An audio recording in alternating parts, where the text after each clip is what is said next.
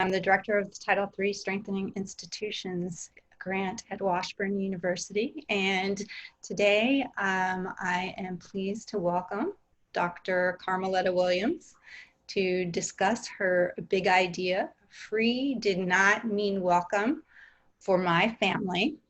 As you know, our program is brought to us by Humanities Kansas, an independent nonprofit spearing the movement of ideas to empower the people of Kansas to strengthen their communities and our democracy. So if you're joining us via Zoom, everyone is muted. But if you have a question, you can post it in the chat. If you're on Zoom, if you're watching via Facebook, you can type the question in the comment section. We'll be monitoring both of those. And at the end, we'll also unmute people to ask questions. So if you have a question at the end, you can raise your hand and we will get to you. So it is my pleasure to introduce Dr. Carma. She earned her master's in English from the University of Missouri, Kansas City, and a doctorate from the University of Kansas. She's retired from a successful teaching career at Johnson County Community College, but she is currently the executive director of the Black Archives of Mid-America in Kansas City. She's also a published author for both creative writing and scholarly writing, with one of her most notable books being Langston Hughes in the Classroom, Do Nothing Till You Hear From Me. So please help me welcome her. Thank you, Valerie. Yes. So, in your big idea for Humanities Kansas, free did not mean welcome for my family. You talk about your family's journey to Kansas as part of the Exoduster movement. Yes. Can you tell us more about the Exoduster movement in general? Kind of what was it? What precursors led to it happening? That sort of thing. Sure. It's post-Reconstruction movement, and Black folks, some newly freed and some who had been freed before emancipation, decided that they'd had enough. They had lived in the South under plantation strict rules, and violence was at an all-time high, and the ability to actually achieve the big idea of personal agency for them and their families was disappearing in the South. The Freedmen's Bureau, which came to the South after the Civil War, actually did very little to help the conditions of Black folk, in that what they mostly did was set up the stage for more violence.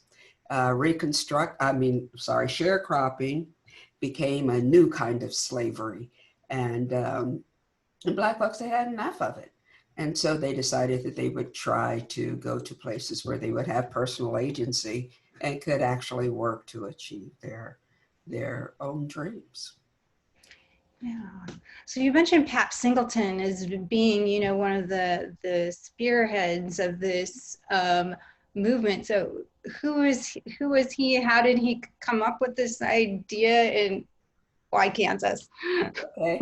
There were actually two major conductors of this movement, and one was Pat Singleton, and he's the one that my family followed. He was a businessman, for the most part, in Tennessee, and he had been a funeral director. He had been a craftsman, a carpenter, and he was successful. He wasn't educated, but he was smart, and he also knew how to create those communities where people would follow him. He was very ambitious in that he didn't just find a few people. He promoted the movement, the Exoduster movement. He printed flyers and passed out flyers, and he made promises that people like my great-grandfather believed. that there would be tomatoes as big as houses, and that they would have freedom and be able to have that personal agency. And you read some of the documents that talk about this movement, and they tell you that these were poor, wretched Black people who were just struggling to survive, et cetera. But that wasn't quite true, because you couldn't join the Exoduster movement with no means. You had to have a buggy, you had to have some kind of transportation, horses or mules or something. And then you also had to be able to take care of yourself, and you had to pay PAP. There was also another leader from Louisiana who had taught himself how to read and write. So he had the advantage over Pat in that he was literate. But so there were multiple movements going on, some from the East, from Kentucky and Tennessee, and then others coming up from the South. Kansas was an attractive place for these people to come, because it had the reputation of John Brown, who fought and eventually lost his life working for the eradication of slavery, and also because of Kansas's free state reputation. And people misread that, in that free to them meant free to follow their dreams, free to follow their purposes, free to live their lives as they saw fit. But that wasn't the case in Kansas. Kansas became a free state because they wanted no Black people enslaved or free in its borders. And the problem with that is that there was already slavery in Kansas. So in order for that to happen, they would have to buy out slave owners to get them to move, and give them a strict deadline to move their property out of the state. And they couldn't afford that, and they weren't going to pay for that. So the misconception that there would be freedom in the free state is what people heard and what they wanted to believe. You're looking for a new life and a new way to raise your family and a new way to have some self-agency. And so Kansas was attractive in that it had that reputation. Yeah. So where was your family coming from, and when did they kind of make that move? Yeah, they came from Tennessee, and Tennessee and Kentucky were actually anomalies during the time of enslavement, because there were actually cases where there would be multiple generations on the same plantation. Which is different from in further south on plantations, where there was this constant movement and people were being sold. You never wanted to be sold down south, and Right. because that's where people died, the life expectancy was shorter, etc. But in those states, because of the products that they grew, there was no notion of keeping families together. So don't think that that was it. But because of the products that they grew, they needed a year-round labor force. And so then you can see multiple generations. So when my great-grandfather, Robert Wilson, comes to Kansas, he brings his mother and his grandmother with him. And that's 1879. My great-grandmother was born in Topeka in 1883. Oh, okay. Okay. So this is, one of the things that's so fascinating about your story is that it is your story, right? It's not just some abstract, reading, and it comes down, I'm guessing, did it come down through oral tradition and your family talking about, their journey and their history? Yeah, and we had long livers in my family. I remember my great-grandmother very well. I was a teenager before she died. And she and my great-grandfather, who was from Seal, Alabama in Russell County, and had hoboed up on the train. They met in the train yards in Topeka. And then they moved to Kansas City. He worked in the mines. But I remember their house, and I remember Papa, and I remember her mother a little bit. Now, some of that memory, I think, is because I've heard the story so many times.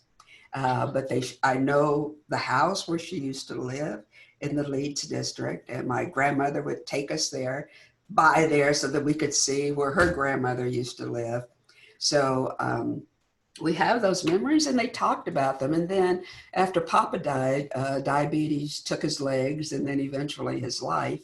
My great grandmother stayed in that house. It was a rock house that they had built with their sons. They had 15 kids. And they built that house. And then after Papa died, and everybody else, of course, was grown with kids and grandkids, house caught fire. And when the house burned down, she moved in with my grandmother. So, and then my grandmother helped to raise us. My mother was a single parent. My father thought California sounded good. Go west, young man. And so my mother was a nurse. So she helped to raise us. So I would hear my great grandmother's stories. And then old folks liked for young people to just listen to them. You know, so they told the stories. We heard those stories, and she talked about that, what it was like growing up in Topeka. And then as I did research for my dissertation, then there were things like articles in the newspaper about her going to visit her father in Bonner Springs. And so those stories then continued, not just griot like through the family, but also their published documents and other information that verifies their stories. Yeah, yeah. Well, you know, as Kansans, we often pat ourselves on the back, right, for bringing the free state and our free state status. But as you write about in your essay, the title, Free Did Not We Mean Welcome. So tell us a little bit more about what your family experienced when they got to Kansas and Topeka in particular, the kind of the stories that they tell about that. Well, first off, it was a movement, and they were glad for that movement. They were glad to be out of Tennessee and to be going to a new place.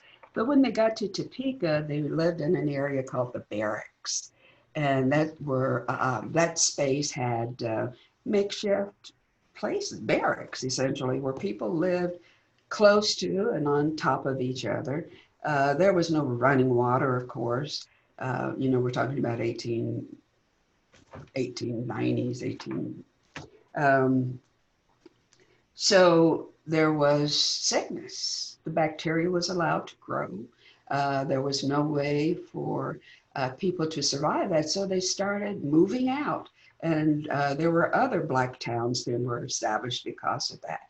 My great-grandparents divorced, and my great-grandfather moved to Bonner Springs, bought a farm in Bonner Springs, and that's where he lived. And my great-grandmother moved to Kansas City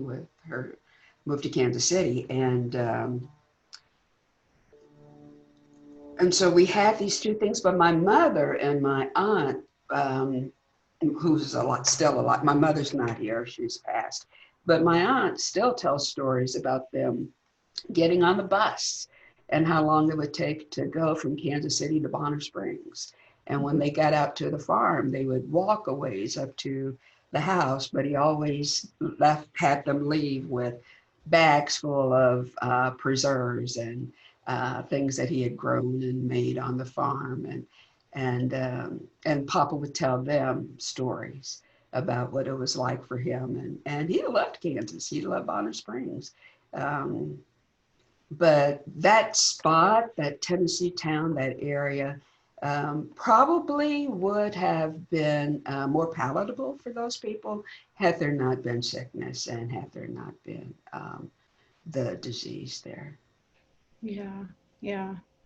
Well, it's interesting too, because, you know, in addition to that, later on, you know, it actually is a place where, you know, the first Black kindergarten is, you know, inaugurated and things like that. So there's like movement towards, you know, self-preservation isn't quite the right word, but, you know, betterments, things did eventually get better. And it's interesting too, because, when we think of racism and those kinds of things, at least for me, I always think of, the South, right? Not Kansas, but obviously, that did happen here. So we've talked a little bit about race relations in Kansas in the historical sense, right? And so many scholars argue that it's this history that leads to the current continued racial strife throughout our history, right? Segregation, the civil rights movement, and the current incarceration crisis with police brutality and misconduct that led up to George Floyd. So what are your views on race relations in Kansas today? Yeah, that's a big question. My great-grandmother used to tell me that she went to integrated schools in Kansas, in Topeka. And I was, in my mind, I was never allowed to say, no, you didn't, right? Not as a kid, not in my family, or I would still be toothless. But I never really believed that. But she was telling her truth, because in her school, the white kids had classes on the first floor and the black kids had classes upstairs. So the school technically was integrated. And for her, that was okay. She wasn't ostracized. She got the education that she wanted. Excuse me. She's very smart, read all the time, and she felt like she had done okay going to integrated schools. And then, so now when we hear people talk about racism, we also have those like overlaps in perception. And what makes this good for you? And how do you see this as being okay? And mostly it's because of lived experiences. And what are your experiences and why do they affect you that way? For me, I went to school after Brown versus Topeka. And my grade school, Graceland Elementary on 51st Street in Kansas City, Missouri, it was the white school in our neighborhood. Everyone I knew went to Wheatley, Phyllis Wheatley School, which is the building that actually became my church. And I wanted to go to that school. I wanted to attend school with the black kids in my neighborhood. So we go to Graceland, and those white teachers don't know what to do with us. We don't know what to do with them. And our learning experiences, because we came from an area where black folks taught black kids. The minister of my church was Dr. Edward E. Fields, and we also had other members of our church who had college degrees and had PhDs, had doctorates, had EDDs for the most part. And my grandmother and the other people in the neighborhood, I remember them going to the schools to make sure that the kids, that we had everything that we needed. So we didn't have that strife that we see that young people have today. I have a summer intern who's gone right this minute as we speak to go to the school board. He goes to Lincoln High School because they're letting the kids help decide what school is going to look like, in this fall. And I'm like, okay, that never would have happened in my day. Kids would not have been able to decide. Grown-ups would have said, this is best for children. But they're letting the children have their input. So he has then, and he and my other summer interns have told me that it's different for young people. We see things differently. We have a group called BACON, Black Archives Youth Coalition Network, and they have young students from all over the area that belong to BACON. BACON decided early that since it's a Black Archives group that the governing board would be Black. And then they had some cute little white girls who decided they wanted to join. And I say that because they are cute, not to be flip about it. And so then their problem was, do we make them officers? If this is a Black organization, do we keep it Black? And then With George Floyd, then these kids that we have here, and there's about 40 of them in Bacon, they start going to the protest. And as they go to the protest, they look around them and they see a whole lot of white folks here.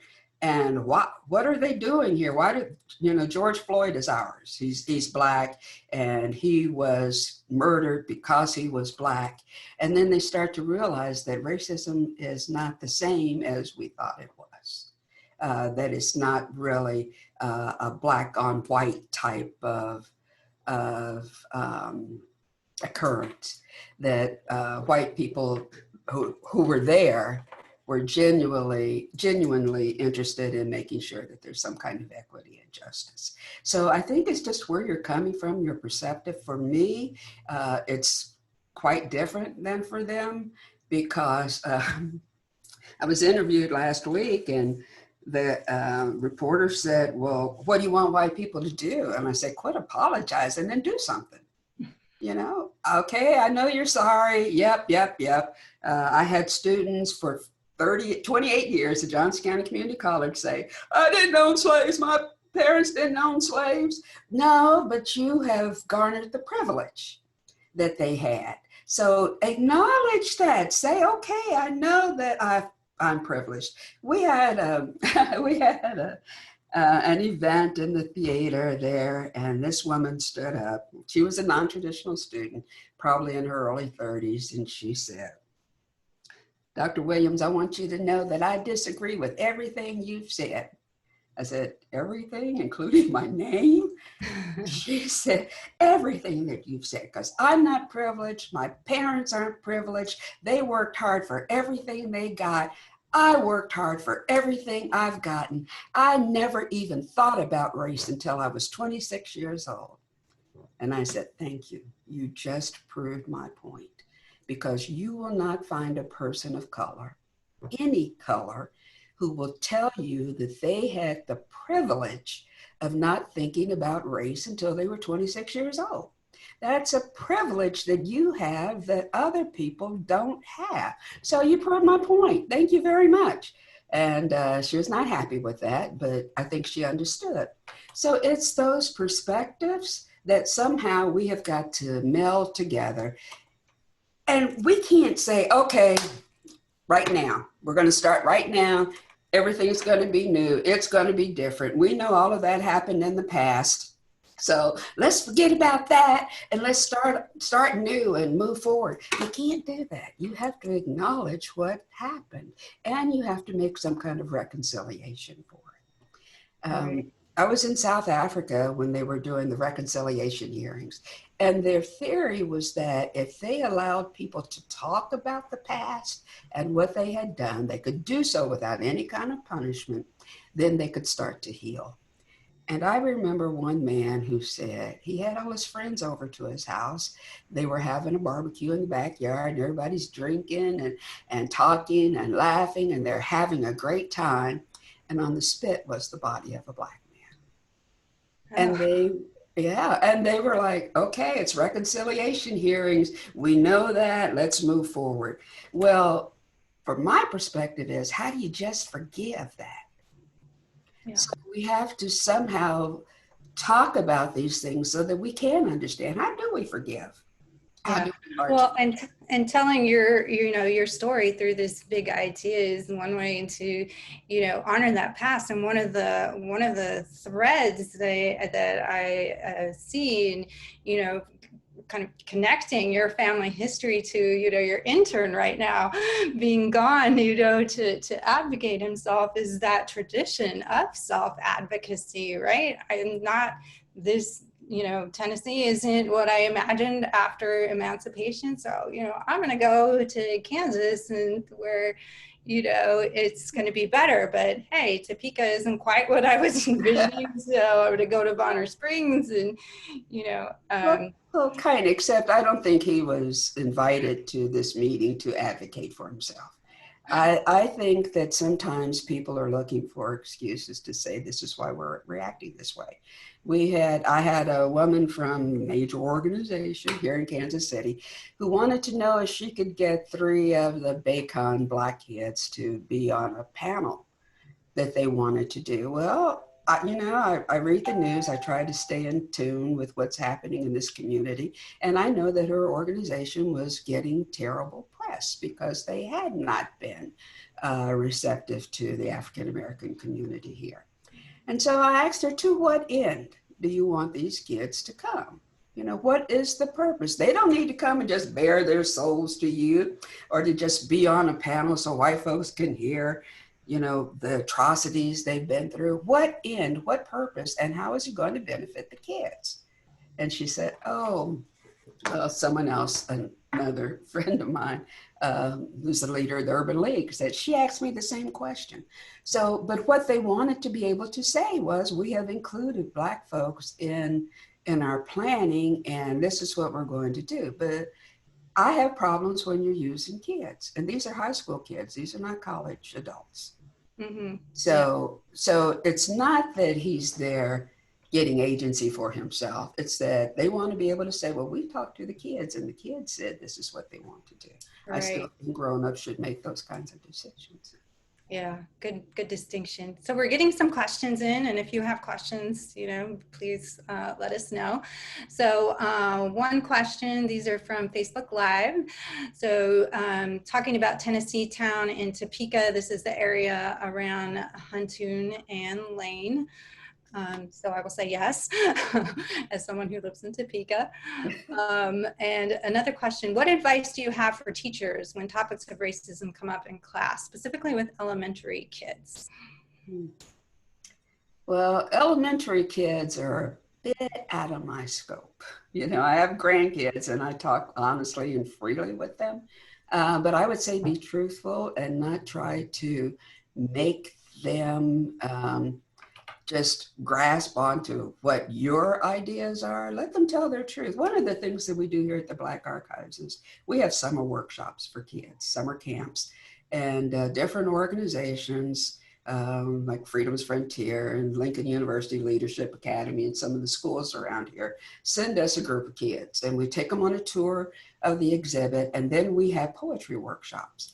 And so we put them in groups, talk about the value of poetry, and then they get together and they write a poem that exemplifies their realities. What did they see in the exhibit, or what sparked something that deals with their realities, with their lived experiences? And they write poetry, and they write some of the most powerful poetry. It's on our Facebook page. You can look at it. But that's one of the things. Let them tell you what their realities are, what their lived experiences are, and don't try to push it off, and don't try to negate it. Don't say, well, it's really not that bad, because you don't know what their experiences are, and it might be that bad.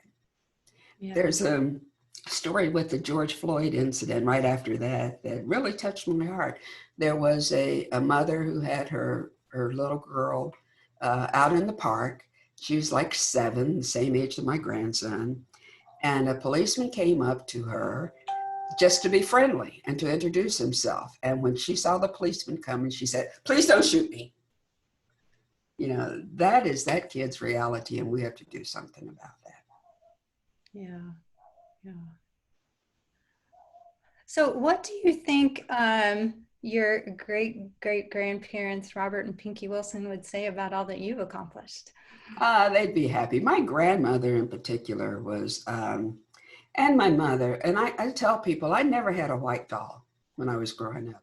My mother would drive long distances to find me a black doll for Christmas, because she wanted to make sure that I understood that black was beautiful, and my grandmother kept telling me that I brought something special to the plate because I was black. So when people tell me that they're colorblind, I'm like, please don't say that, because if you're colorblind, then you just miss me.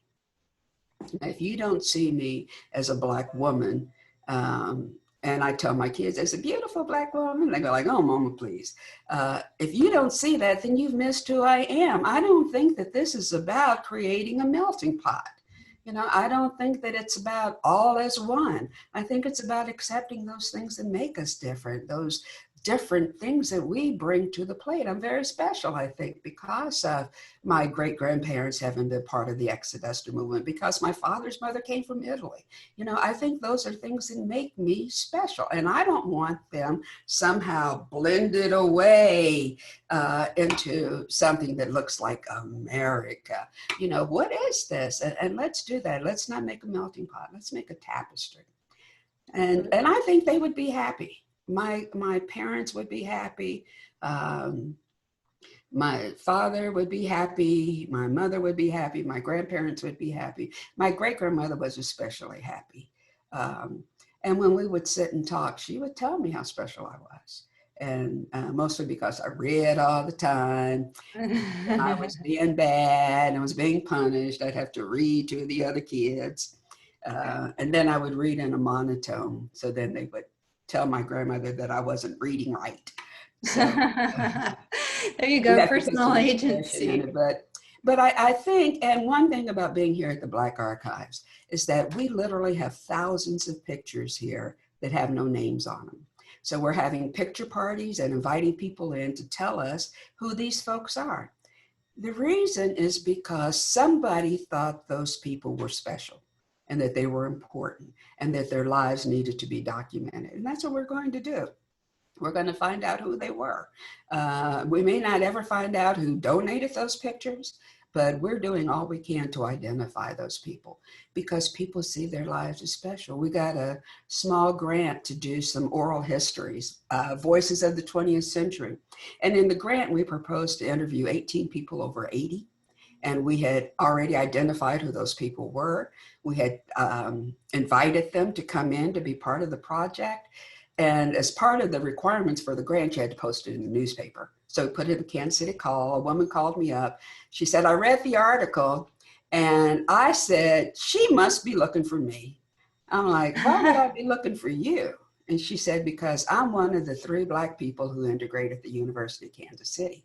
I said, you're absolutely right. I am looking for you. She was in her 90s. She came down and she had a marvelous story. Even after she graduated, she couldn't get a job teaching here in Kansas City. So she ended up going to Cincinnati. And then when people found out we were filming, they came all dressed up in suit and ties because they wanted their stories to be captured. Right. And that's what we have to do. You know, if you talk about the difference between oral histories and written histories, each has value and each needs to be studied and captured and saved. And that's what we're trying to do here. Yeah. Along those veins, we have a question from Facebook Live asking how the Black Archives are collecting stories of this summer's protests or other stories of contemporary racism. We're doing the same thing. We're asking people to tell their stories, to send us their, everybody had their cameras out. Right. Send us their videos. We have the summer interns are working on those videos. They're posting them on our Facebook pages, on our websites, on our YouTube channels. And then we're trying to get them digitized and into our collection database so that anybody can go and access them. Nice. And another question from a Zoom participant, having observed the Truth and Reconciliation hearings in South Africa, do you think a similar model would help the US? No, that one didn't help me. I'm sure it was okay for the people in South Africa. And I met and interviewed a lot of people. I was in South Africa doing interviews for Sony about people about their lives, you know, pre and post apartheid, during and after apartheid.